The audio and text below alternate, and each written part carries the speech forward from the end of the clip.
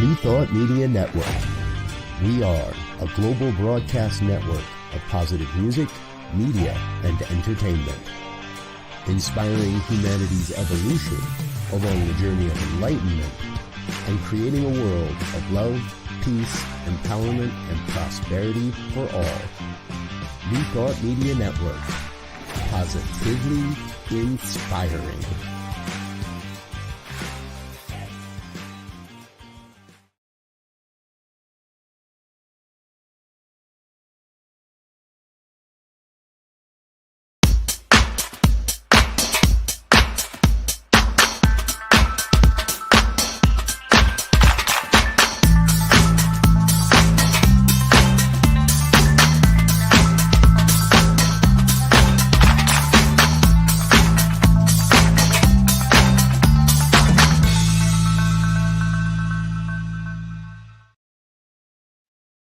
Why, hello there. It's me, yes, me, Bonnie Gonzalez, your doula for grief.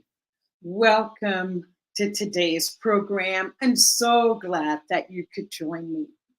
A little bit about me before I forget. I am a grief coach. I'm a certified grief educator, registered nurse, religious science practitioner, soul collage facilitator, and most importantly, a human being right here on the planet with you during these beautiful times, auspicious, crazy, but lovely times in this thing called life. So we're all in this together.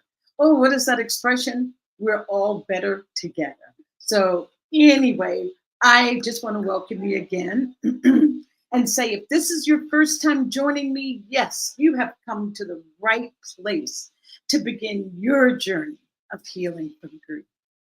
And if you are a returning viewer, oh my goodness, I am so honored and privileged to have you back and to know that we have that kind of relationship, that you trust me and you come back. And so what I would love for you to do is just drop a comment or a question in the comment box. Let us know you're here. Let us know where you're watching from even. And with that said, after dropping your comment, or before you drop your comment, why don't you sit back and make this time, make this hour for and about you. Get yourself a cup of tea, glass of water, whatever you need, glass of wine, whatever makes you happy right now. Grab that and come back. I'll talk a few minutes before we bring our beautiful guest on. And before we dive into the program, I'll say, as you're going to get your tea, that our theme today is near-death experiences, calling it a second chance to live. How exciting is that? But before we delve into the near-death experience, I want to talk a little bit about, what grief and loss is. That's what this program is about. I'm your doula for grief. And grief is caused by loss. And not all losses include a death. Of course, death is the biggest loss, the biggest hole we will ever have blown through our hearts is from death. And my guest is going to talk a little bit about that as well with her near-death experience. But what I was going to say is that, I see I have my beautiful friend Megan, who is watching from home. And Megan is very close to me in my heart and physically living close. And I was saying that not all losses are death. We have living losses. That's what I refer them to. We refer to them as a living loss. And those losses come in all shapes, forms, and fashions. And the first one that comes to mind is divorce or loss of relationship, health issues, loss of your health, loss of mobility. Aging can be seen as a loss. The ability to take care of yourself, if that should happen, that is a loss. And so then, therefore, we are just thrust into the arms of grief. And grief, as much as we would like to run from it, not see it, not feel it, not be with it. But grief has a superpower, and grief's superpower is healing. So just to think about that. The very thing that we run from is the very thing that has the solution, that has the solace, that has the information for you. And no one can go through a grieving a period or episode or situation without coming out on the other end as a totally different person. Or not, even if you're not totally different or changed, there are some aspects about yourself that you've discovered. There's some characteristics about yourself that you've discovered. And I bet you they're positive. I bet you they're positive. So, with that said, just to get that out of the way of loss and grief, and also, I know I've said this before, but I want to give us all a pat on the back, a kudos or attagirls and attaboys, because we are really broaching a subject, engaging in a subject that is the number one thing not talked about in our society, and that is grief. And here we are just taking it head on. Here we are just embracing it and saying yes and not running from it. So with that said, I say thank you, thank you, thank you. And now then we'll get back to the theme of the show today is, is near-death experience, sis, a second chance to live. And I just have the most lovely, the most knowledgeable guest on this subject that we could find. I'll call her the expert because she has participated in a lot of studies here. And I'll just read her bio. And her name is June Eguchi. And Jean is from Seattle, Washington. And she's now here in the Lake Chapala area. And June is a licensed massage therapist for 26 years, specializing in injury treatment massage. June is a second-degree Reiki practitioner. She was a member of the Board of Massage Examiners for the state of Washington. And also June was on the board, she was a board member of Seattle International Association for the Near-Death Studies for a decade. That's what makes her the expert. And her near-death experience in 1973, due to her hepatitis B contracted from her brother, she found herself to be in a coma and then having a near-death experience. And enough on that, because I think the best way to hear and know more about this is to bring June out here herself and let her share her story with us. So June, June was there. We were having little internet issues earlier, so I wasn't sure that she's there. But there she is in all her beautiful shining glory. Welcome, June. Or welcome back. Thank you. Yeah, June is returning because her story was just so fascinating and it's such a rich and deep topic because, June, I think it's one of those areas that has an enigma, has some mystery around it, but I feel that there's answers in those near-death experiences. So anyway, welcome, Jean and June. And you just let me know whatever you would like to share before we jump into your story. Thank you, Bonnie. My feeling is that the reason the near-death experiences are so important for we living to know about is that it really eases the grief of a lot of people to not wonder where their loved ones are going. I think that's the biggest fear a lot of us have when we have a death loss is that, where do they go? We don't know. And by knowing what happens to us, where we go, I really hope to be able to ease some of the grief that people go through and the pain of not knowing. And if you know that they're going to a better place, why would you grieve that? And if you Yes. know that they're, they're in heaven where they want to be and where they should be, why would we grieve that? We're going to miss our people. Of course we do. We're physical beings. We can't Oh, see them, touch them, hear them. yeah. We miss them terribly because we're so physical. But when you Yes. understand the celestial and the ethereal part of our souls and where we go to, then we know that we don't die. That part of the Yes. consciousness doesn't die. The body's gone, of course. These bodies were not designed to live for several hundred years as we know it, although some people do claim that we are capable of living longer than that. But, and the average life here is 100. And I don't know Well, if I want to live to be I was 300. just going to say, what in the current climate, I don't know if I could take 200 years of this.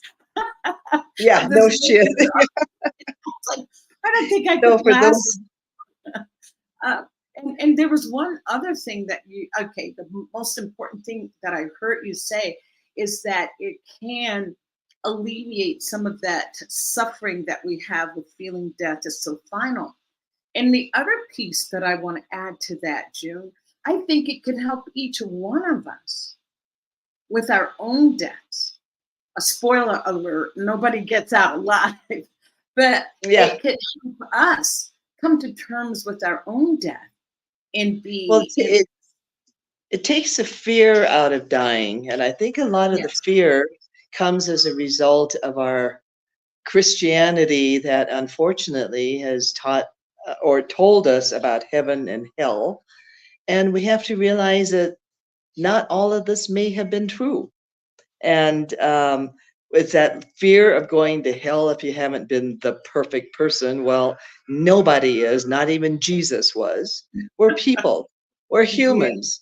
we're We human. we learn experientially through mistakes. That's how Yes. we learn. So I think there's a lot of reasons, and there's a lot of reasons I think that a lot more people are coming forth with this experience. Mhm. Because in the past, and even the military, we now have an arm of the near-death IANDS group, which is the International Association for Near-Death Studies. We now have a vice president who was a veteran of Vietnam. Mhm. And she has started a veteran outreach program because the VA is telling these people they're crazy and putting them on antidepressants. Yeah, They're that's they're not recognizing the experience to say, yes, you did have an experience. No, you're not crazy. You and thousands of other soldiers who almost died went mhm. through this experience, and there's nothing wrong with you. That's what Right. we're there to tell these veterans. And we started this veteran outreach about 7 years ago because of this This is veteran new. that's part This of is our new. board.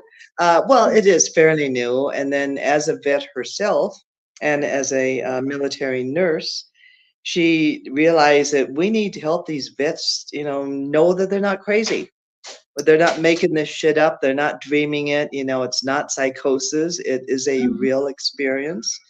And you don't need to be on antidepressants. You need to talk about this. Right, right. Well, June, I'm so glad you brought that up. For some reason, I want you to be Jean today, even though I know you're June. See that? That's okay. We understand. No, June, what I was going to say to that antidepressant, I'll just call it saga, is that's what happens when people are in grief. They go to the physician, they're feeling, grief affects us physically. And the first thing that happens is that they're put on antidepressants. And that's really No, not the well, cure. the problem Because with our medical system is that we're overloaded. Doctors no longer talk to their people. They talk to our body parts. They're so highly specialized. We have hearts, ear, nose, and throat doctors, you know, cardiologists, internal doctors, orthopedic doctors. So they've chopped up us up in little pieces, yeah, but they right. forgot And to integrate the holistic self. We are no longer holistic in our approach. And the right. whole starts at the brain. This is where it Mm, all starts. Our yes. brain controls the rest of us. And if we omit that and just look at our body parts, because every body part is responding to something going on cranially. It Mm-hmm. starts in our brain. We have to start with our thinking. Wow. And that's so true, because with this being in grief, what's happening is that there's more of a yearning to be with your loved one. There's a yearning to be, and antidepressants are not going to stop the yearning, which is a natural Well, state of being, and is the to yearn yearning for your loved one. and how I handled the yearning of missing my mother is I continue to talk to her. I say, "Hey, Oh, mom, look at this beautiful place I have in Mexico. Hey, mom, thanks for helping me out, financially so I can afford this." And yeah. several years ago, when I talked to a dear friend of mine who happens to be a psychic that can be in touch with people in the afterworld, I know we were talking about a lot of things, and she goes, "Oh, yeah, by the way, your mother wants to say thank you for continuing to talk to her. She hears you, and she really appreciates that, you include her in your life and you have not forgotten about her." So they do Mm, hear us. yeah. So I And talk as though she were here, and that helps with my pain a lot. And I can't mhm. see her, so I'll talk to her. Wow. June, you're getting ahead of me. We're getting ahead of our story, because that is just what you said just now, is what has stuck with me and stayed with me this entire year that you were on last August. And those are the exact words that have stayed with me. And so I want to come back to those words and come back to that. But before that, I thought maybe you should just give the audience that didn't hear you last year just a little update or a brief what happened, what was your near-death experience, and then we can build on that. Okay. First of all, death itself is described as a loss of respiration and heartbeat, which means your body has died. And Yeah. being in a coma, I actually did not die. I was still breathing. I still had heartbeat, but my consciousness was deciding whether to stay or to leave. And my Mm-hmm. experience during this coma was that I did not know I was in a coma. I thought I was in a really bad dream because I've worked in hospitals. I know the sound of respirators and, bright lights and everything that goes on in ICU. So I kept thinking, God, what a crappy dream, because I'd be conscious that there was a bright light shining. I couldn't open my eyes. Yeah. Heard a gentle, loving voice of the nurse saying, "You're very, very sick. You're in the University of Washington hospital, but you're going to be fine. You're going to be okay." And every once in a while, I would hear her voice. And upon seeking this nurse out, when I left the hospital, I realized that she was a graveyard shift nurse. So Mm-hmm. that was a time of day that my consciousness had elevated enough that I could hear her. Yes. And Yes. which broke my mother's heart because she was sitting there all day for 18 hours and talked to me You, all day, and I never heard her at all. you didn't do But it anything. just no, but it just goes into to show you that that's, when my brain decided to be conscious of the wee hours of the graveyard shift. So, Right. after 10 days of this terrible dream, I opened my eyes and there I was in ICU at the hospital. Mm. And the Totally so they lucid. trans Totally lucid. Were you totally lucid at that point? I was very lucid at that point, very sick, very weak, because with hepatitis B, you have a complete liver shutdown. Mm-hmm. So I Yeah. was very jaundiced, yellow, skin was broken out, and it was very, very ugly physically because I was very, very sick. And Yes. so they transferred me to a private room that day, and I was sleeping on and off because, of course, you're tired. The body just needs to Yes. rest and recuperate. But I woke up to an ever so gentle, soft touch against my face and opened my eyes. And there was a lovely woman with golden auburn hair, lovely hands, just glowing. And it looked like the Virgin Mary, except for the auburn colored hair, Mhm. not the dark hair. Yes. And she said, "You're going to be just fine," and then dissipated.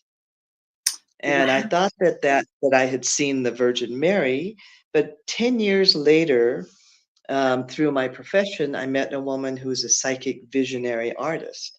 So I Right. hired her to meditate with me, and she did a pastel drawing of who she saw standing behind me Mm. as we were working together.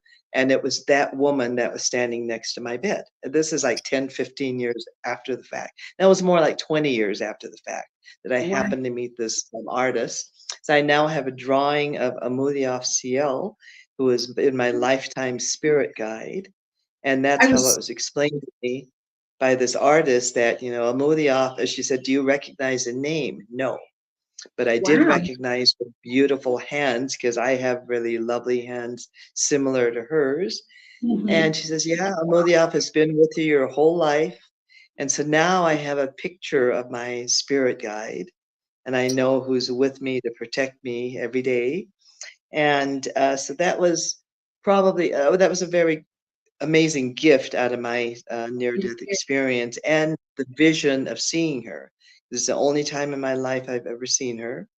Hmm. And now I know that she's with me. Yes, That's and, pretty and cool. there's beyond cool, because I was going to ask you what you feel. I think you've kind of alluded to that, what you feel about that experience with her at that time.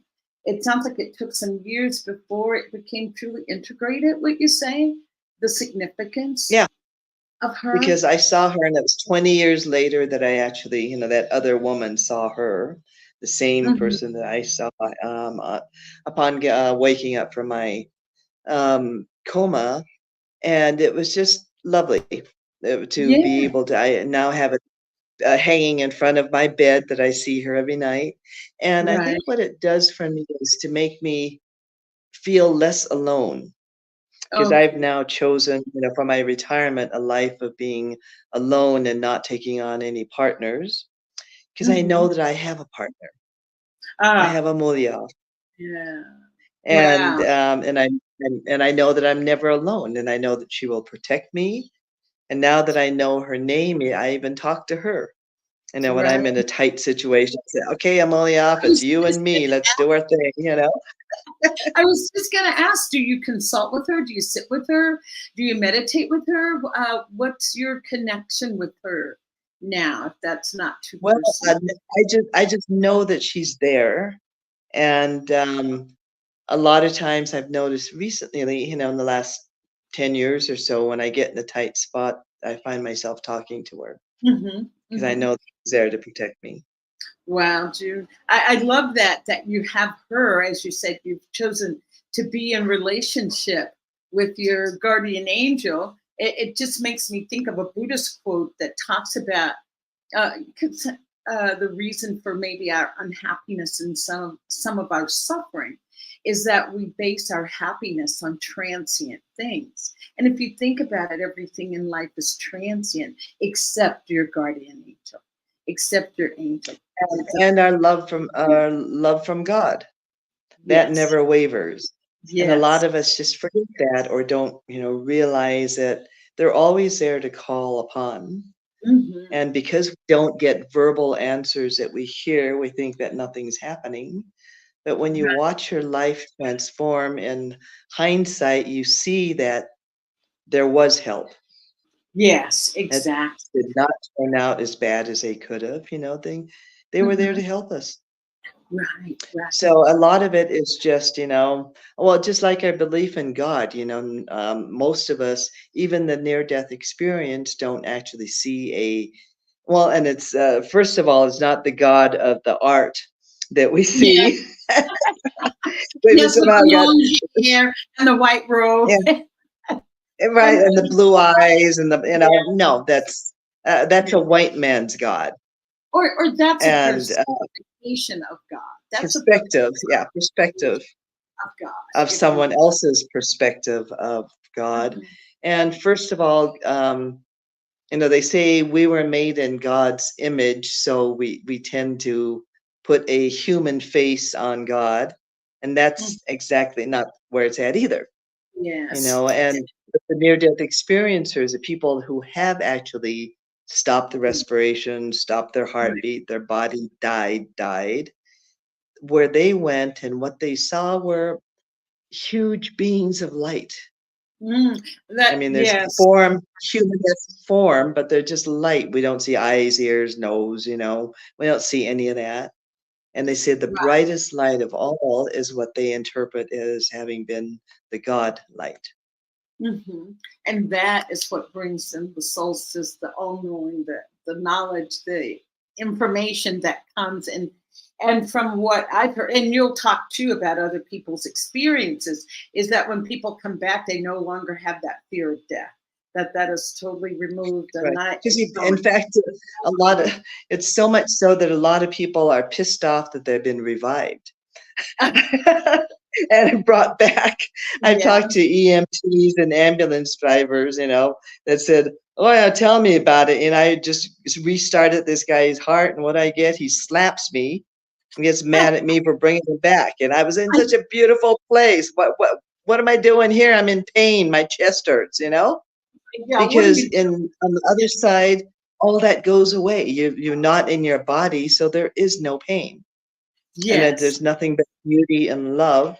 In fact, one of the things that I hear over and over from near-death experiencers was that they,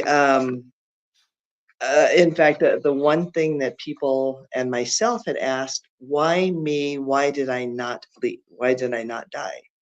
Because after 10 Right. years, 10 days in a coma, the doctors were warning my parents that, her body's going to die soon. You can't Mhm. be in this state, and we don't know whether she'll be vegetative when she comes back or not. Yes. Mm. And my personal experience is called a spiritual transformative experience, Right. in that it is not a true near death experience because I didn't really die. But what Right. I got out of, being conscious again and in my body and mind was, okay, why me? Why did I not die? I Mhm. should have died and I didn't. Why? And so it transforms my spirit because at that stage I was 21 years old, very Yeah. much involved in the 70s and sex, drugs, and rock and roll, baby, Yeah. and I was going down this huge rabbit hole. But Mhm. it really changed me in the respect that I needed to find out why I'm still alive. Okay, this has been a gift. So I'm supposed Yeah. to do something with this, do something with my life instead of just having fun. And I'm going to read you a tagline from the Ions newsletter from the Seattle Ions group. Because every few months I get a newsletter, a writing of someone else's experience. And that Okay. was the beauty of being in Seattle Ions for a decade, because every month we had a speakers meeting. We'd have a different person and their experience of what they experienced when their body died. Yes. And so I've heard all of the stories, the good as well as the bad. It's not all good. Oh, yeah. I was Some gonna people say. have horrific experiences Uh-huh. and they go to a scary place and they do come back, but that was part of their learning experience. They have to learn how to lift themselves out of this dark, scary place and Mm. realize that with the love of God, everything heals and you don't have to be in this dark place. Mm. So the reason why a lot of us come back is that I've been put here on earth to care about other people and for them to care about me. Mm.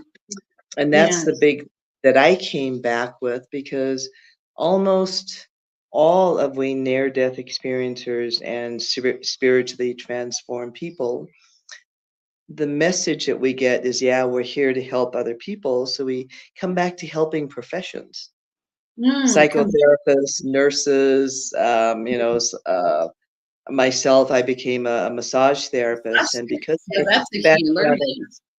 my background in education was psychology, so with my psychology, I was able to perform the whole body soul healing treatment because I knew how to talk to people to bring out their emotional pain, which is then now causing their physical pain.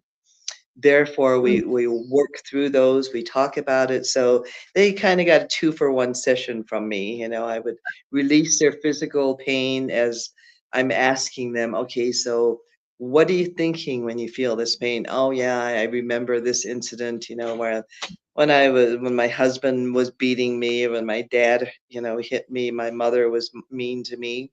And then so we heal that emotional issue, and somehow well, it's not somehow, the physical issue dissipates because of the body mind connection. Our Yes. muscles have memories, we have cellular memory. So our Mm-hmm. cells remember the injury, we remember the Oh, incident of that yes. injury. So when Yes. you work on both levels of releasing the physiology as well as releasing the brain trauma, the memories of that, we can Mm-hmm. indeed start the healing process of releasing it. Wow. So that's what I learned from, my background, because I went to school, I wanted to be a psychologist, and then I started realizing what the work of a psychotherapist is, Psychologist. Oh, and I the thought, I dream. don't want to do that. I do The not dream. want to sit there all day and listen to everybody else's problems. That's not at all what I want to do for a living. So I quit my psychotherapy, but then when I learned the physical therapies and learning how to integrate the two, that made a lot of sense to me. Yeah, And I was a more. very successful massage therapist, because people used to say, wow, June, we get like, I feel so much better on so many levels. Yeah. You were, You didn't just work on the physical pain, you worked on the deep underlying issue behind that pain. and what you were doing, June, is what I call hands-on healing. Correct. Psychotherapists, love them. They do that deep, mental work. But then I also did. I have a massage certification in Asian system of Okay. shiatsu and Jinshin Do, Mhm. which is energy. So yes, that's a hand-on healing. And then I got to be a nurse. But I wanted to ask you, June, I know you were very young. You were 21 when this happened. And I want to know immediately afterwards, once you were able to, physically be able to take care of yourself, what was going on with you? Where were you in your, healing modality work, or had you even thought of healing modality work when this near-death experience? No, I was actually an admin assistant at the Seattle Post-Intelligencer, or newspaper, during that time. But my Okay. personal life, I was living with my high school boyfriend and my younger brother, who I had legal custody of, because my Oh, brother and I grew up in a physically abusive household. I So he see. was 15, I had turned 21, and in order for him to not be delinquent, I had to assume legal responsibility for him as a guardian. So I was my Mm-hmm. younger brother's guardian. And then my boyfriend and younger brother started becoming heroin users. So I was living Gosh. in a junkie house. I came Yes. home to these guys, vegged out and, having shot up. And I actually saved the life of a friend by doing CPR and walking him around, who had OD'd at my house. So Wow. that was how I got the hepatitis B, was Wow. one of them in their heroin addict Yes. wisdom thought that giving Mhm. me a shot of heroin while I was sleeping was going to help me. Well, that puts the liver into complete distress. It shut Yeah. down my liver. I was in a coma the next morning. So I was ambulanced to the hospital. So when I got out of the hospital, I saw the reality of what I was living in. And I thought, Mm. this is not See, me. I'm not a junkie. I'm not a user. I don't right. belong here. I don't want any part of this shit. So I moved out. And at Oh, 21, that's when I really started my life of seeing, okay, then who am I? I'm not that, I'm not any part of that scene. I never was. mhm. And the other time that happened was upon my retirement to Mexico. Oh no, what happened? Just a few years ago. Well, what happened was to find myself not identified to my vocation, but to find my avocation and to find who is June Eguchi. June Eguchi, not June Eguchi massage therapist, June Eguchi admin assistant, don't Mhm. identify, because while we're working, we always identify with what we do. Oh, it's nice to meet Yes, you, we Bonnie. What do you do. do? And We what always go to exactly that, our and that activity. becomes our identity, is what we do for a living. Well, I'm Yeah. retired. I'm no longer doing anything for a living. So who am me? Who is June Eguchi? And Right. after several years of being here and finding myself rushing to, rescue dogs, rescue people, and Okay. help people because now I have time. My friends are sick. I cook them food. I bring them food.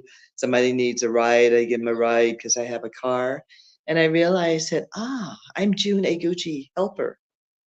Mm. I'm a helper Uh, person. yeah. That Yeah. is my role. That's what makes me the happiest is to help someone in whatever Right. capacity that's shown to me. Right. Oh, So, so so another the epiphany. identity as we change. Yeah. So, my first identity was after having lived instead of dying. And then Yes. now having changed my life from a working individual to a retired individual, who am Hmm. I is an essence of me, no Yes. longer identified with what I do.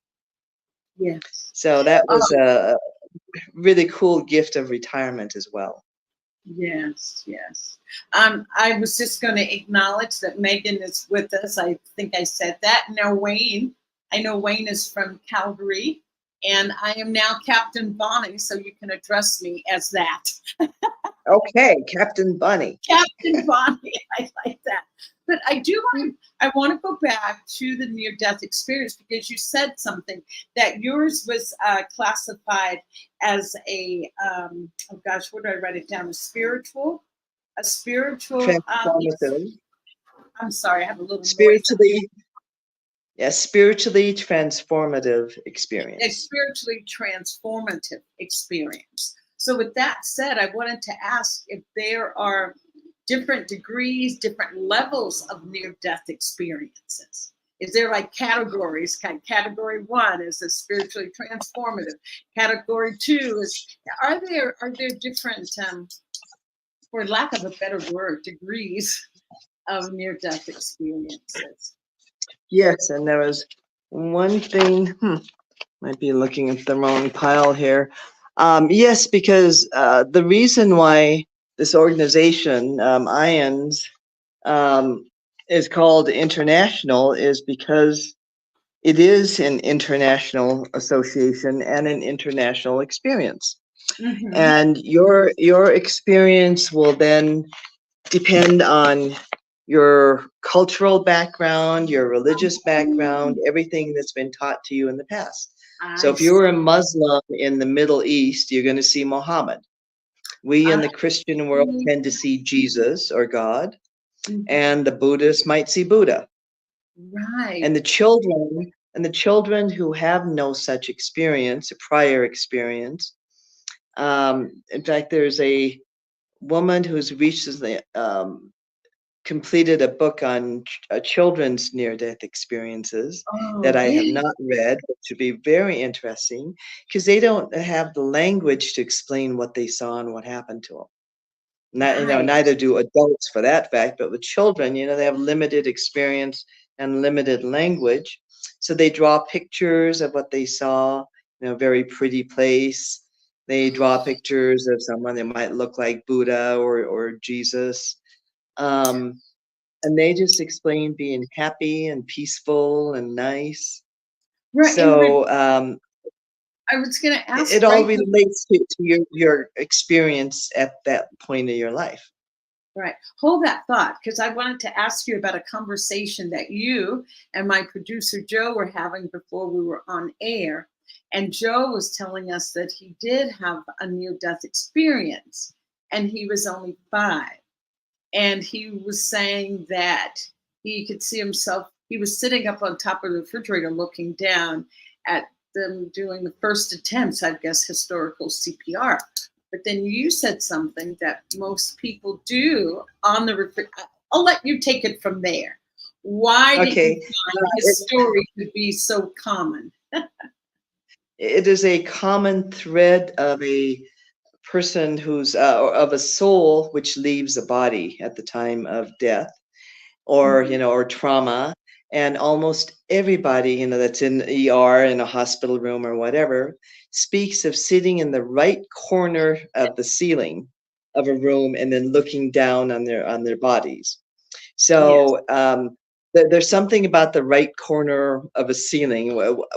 None of us been really able to explain why that is, but they said, yeah, I remember sitting in the right corner of the emergency room, looking down and watching the doctors trying to revive me, and this doctor said that doctor said that, and when they come back and tell the doctors what the doctor said, they are freaked out. Yes. How can you And possibly know that you were dead? Your heart was gone. You were not breathing. We were trying to revive you. You were dead. How could you I, hear us? June, They that is do. so true. It's so true because I was a nurse I was an intensive care nurse for like 25 years and had a lot of patients that we did resuscitate.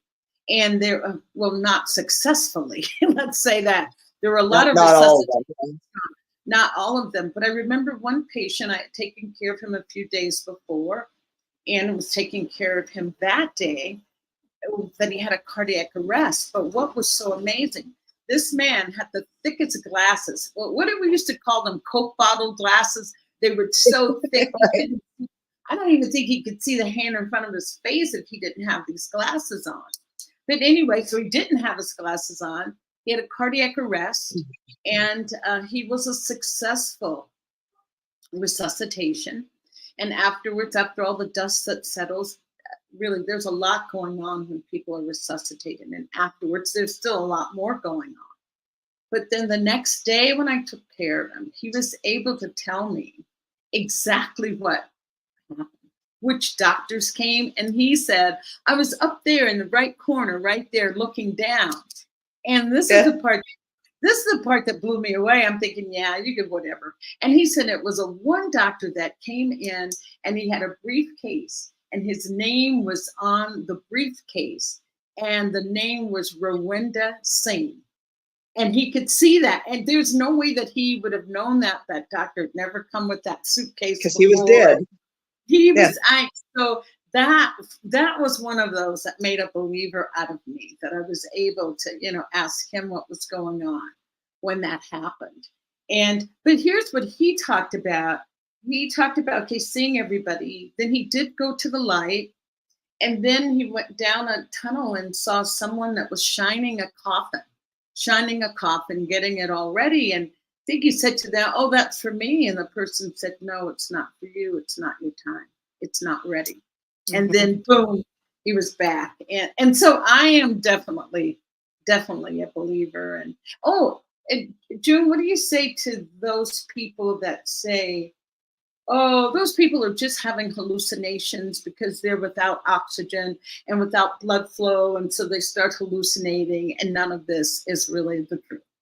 What do you say to those skeptics? Well, there's a distinct difference in science. This is where science and quantum science break apart. The science needs hard facts and proof, measurable proof, and there's no measurement to quantum physics. It's all in the quantum field of things that nobody can explain. They don't know how to explain it, but there's the near-death experience. Looking at the international authors, the number of people that come to our conventions, there are millions of us. Wow. There are millions all over the globe. And how can millions of people all be all that screwed up in the head and wrong? Is my thinking.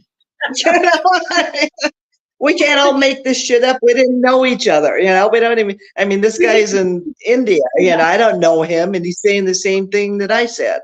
Right. And this guy from Copenhagen that's written 15 books on his experience that's saying exactly the same thing, so it just goes to show you. And the older I get, the more I realize the fallacy of science.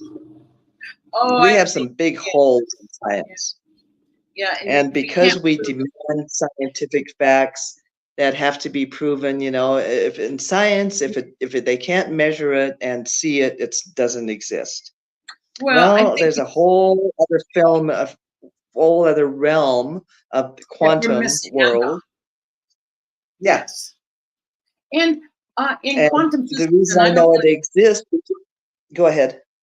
Oh no, no, you finish, and then I'll go back. No, you're the Okay. guest. So the reason why that makes sense to me is that, you know, there's just too many people saying the same thing. And how can you Mm, deny that and say that it's not true when these people, you know, there's just millions of us that are saying the same thing. yes, yes. There And has to be I just, something in it. yeah, and I just wanted to ask you. I guess we don't want to get too deep into quantum physics, but is there anything, any book that you could recommend on quantum physics? I just know a little bit. I know a little. I know enough about quantum physics to be dangerous. How's that? I know enough Well, about it to. myself as well. But at one of the conventions, it was so interesting. There's a Korean doctor. He has a doctorate. He has like 7 doctorate degree PhDs, and he started out being a scientist, and then he went into several fields of science, and then became a medical doctor. And this man is an education junkie. So he has Okay, been on the fiction. quest for spirit. Quest for Yes. spirit in whatever realm and level he can think of. And when all else failed in the field of hard sciences that could not answer his question, he went into spirituality. That's where he found Ooh, his answers. that is It's in quite. spiritual studies, it's not in science. Mm.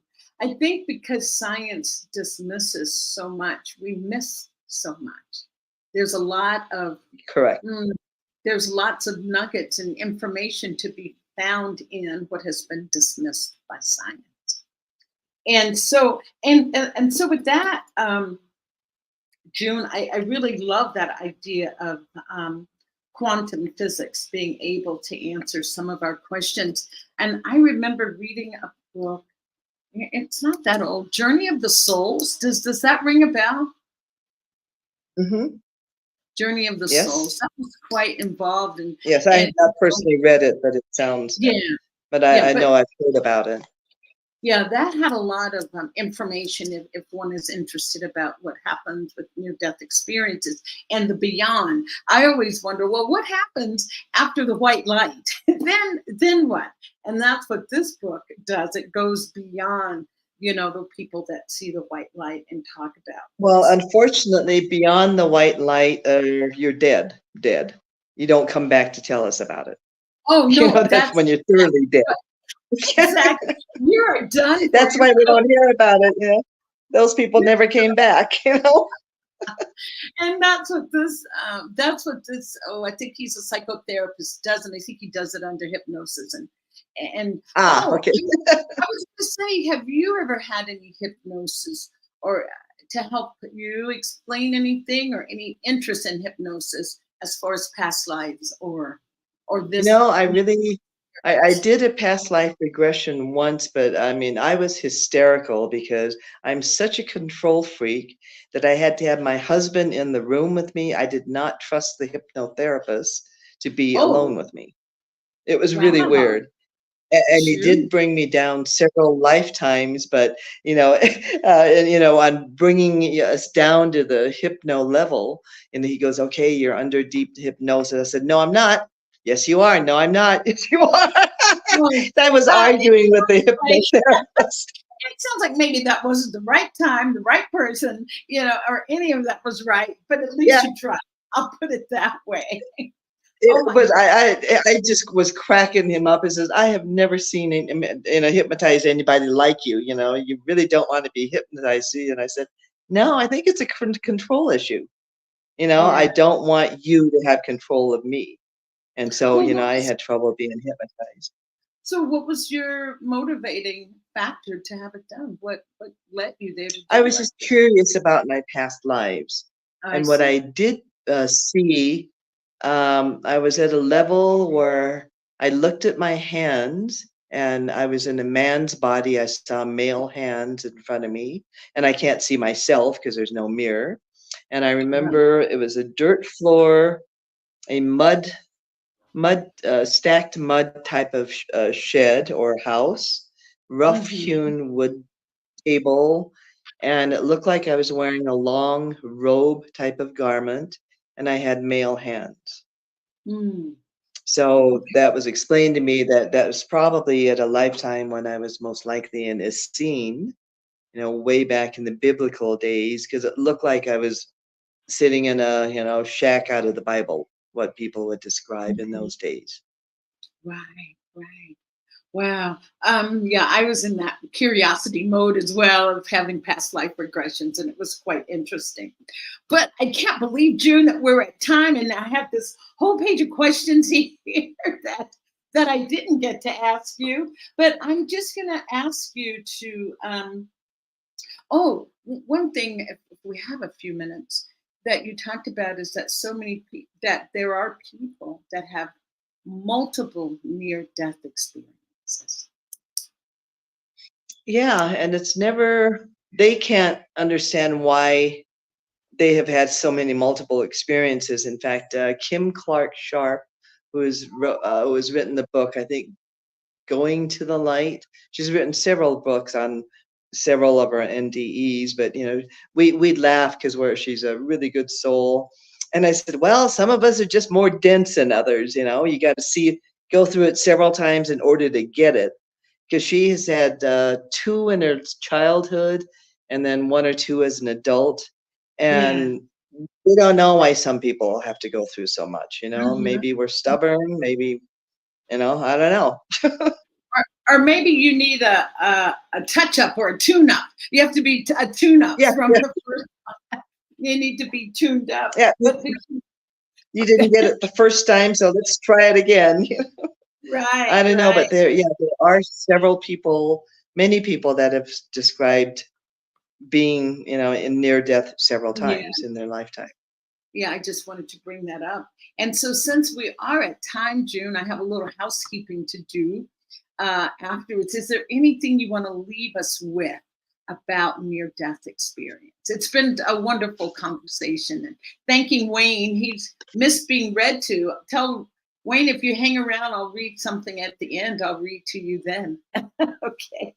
June, is there anything? Okay, this is, yes, this is from a newsletter. It says, Connecting the Dots, the After Effects of My NDE.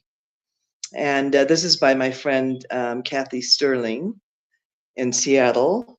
And it was written, most important life lessons have been self-love, broad-minded thoughts and principles, kindness for all mankind and earth.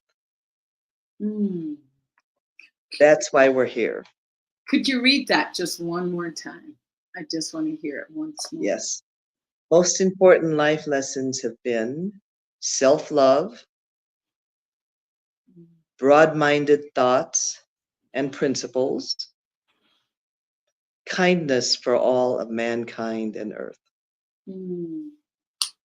Beautiful, beautiful, June. Thank you for ending with that. June, thank you. I'd love to have you back at any time. And I love that compassion and kindness and self-love. Self-love. And because everything starts with self-love. Yes, yes, yes. And so thank you. I'm going to do a little housekeeping, but hang around. June, I'm just going to talk a little bit about the Convention of the Americas that's happening right here in Chapala on August 6th through August 10th. There's a flyer, and it's happening right here at the Monte Carlo Hotel. And all are welcome. It's going to be a 4-day convention. It happens every year. People from all over the world come. Some great speakers will be there as well. So thank you, Joe. And if you want to register, it's just www.conventionoftheamericas.com. Conventionoftheamericas.com. And Megan here is saying that she wants you to come back, June, and maybe you and Megan come back together. I keep threatening Megan to have her on the show. I'm going to go out to her house and kind of sneak up on her and record. So thank you, June.